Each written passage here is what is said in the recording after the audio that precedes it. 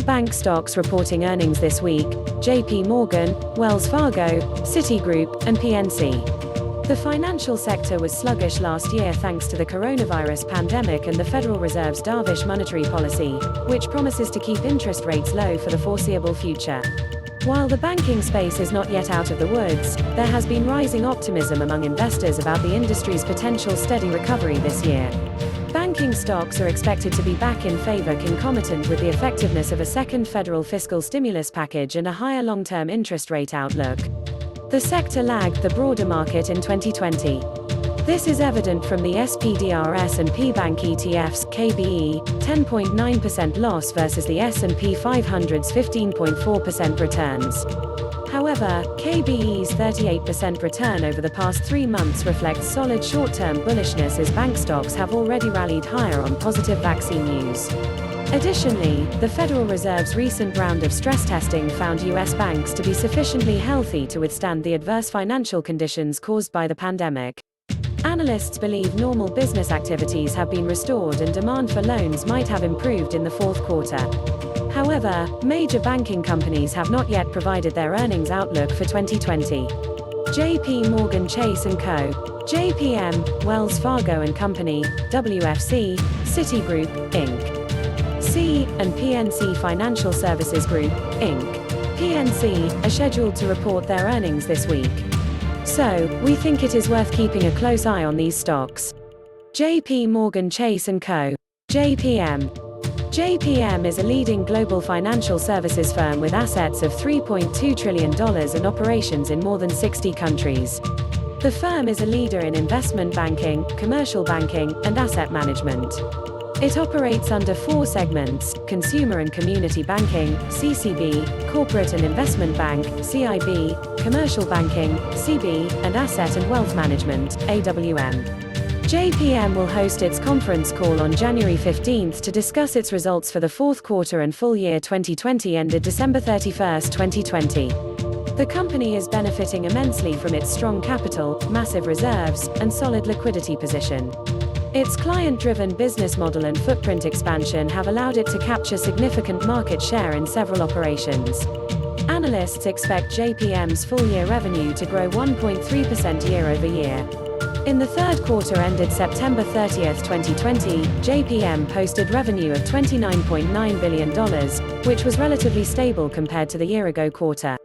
This was driven primarily by a 21% year-over-year rise in the CIB sector. The company set aside $611 million as provision for credit losses to maintain its credit reserves at $34 billion. Its EPS for the quarter came in $2.92, rising 112% sequentially. JPM excelled in the CCAR Round 2 stress test conducted last month. The firm's Basel III standardized approach minimum common equity tier 1, CET1, capital ratio remained at 11.3%. Inclusive of the stress capital buffer, SCB, requirement of 3.3%.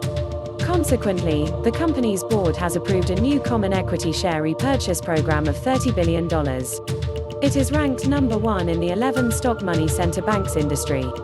Wells Fargo & Company, WFC. WFC is a diversified, community-based financial services company with $1.92 trillion in assets. It operates in 7,200 locations in 31 countries worldwide. The firm provides banking, investment, mortgage, and consumer and commercial finance products and services to individuals, businesses, and institutions. WFC functions through 3 segments: community banking, wholesale banking, and wealth and investment management. WFC will hold its earnings webcast on January 15 to discuss the financial results of its fourth quarter ended December 31, 2020.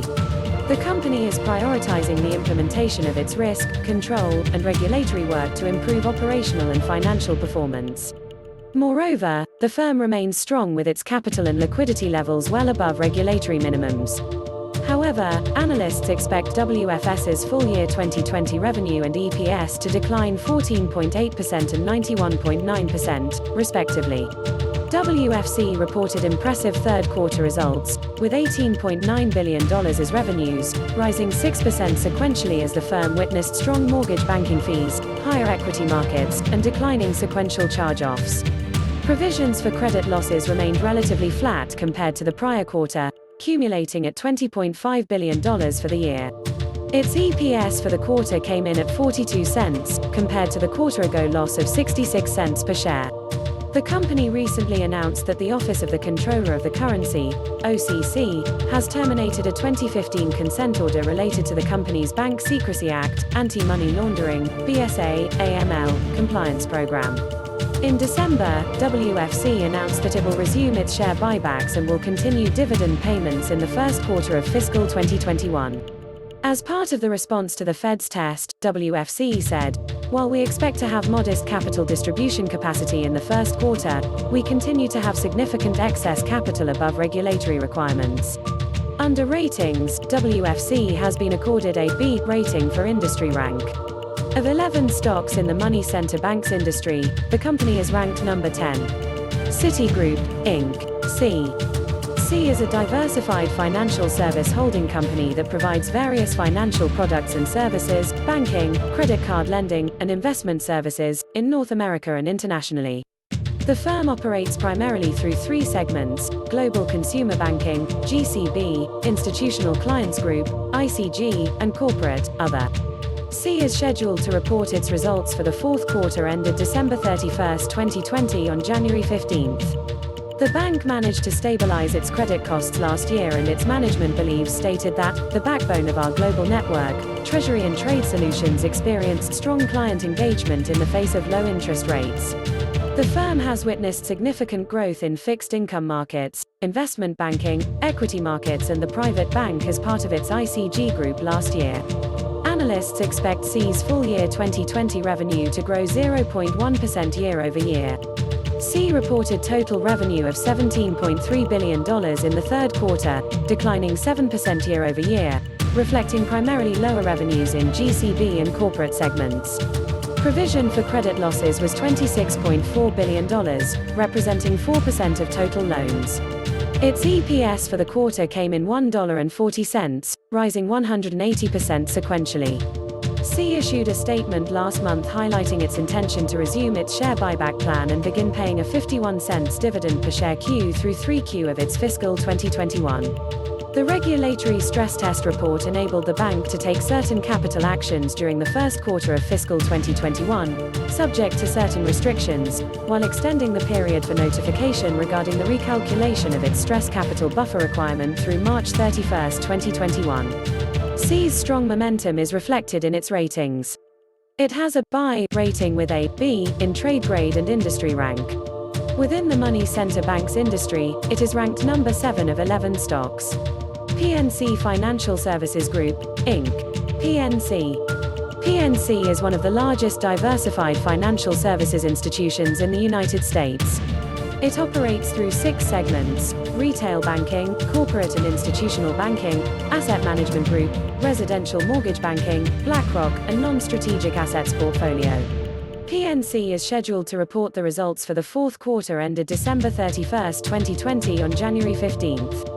The company has executed its strategic priorities well, including ongoing investments in its national expansion and digital offerings. PNC's deposit franchise also acted as a huge growth catalyst last year.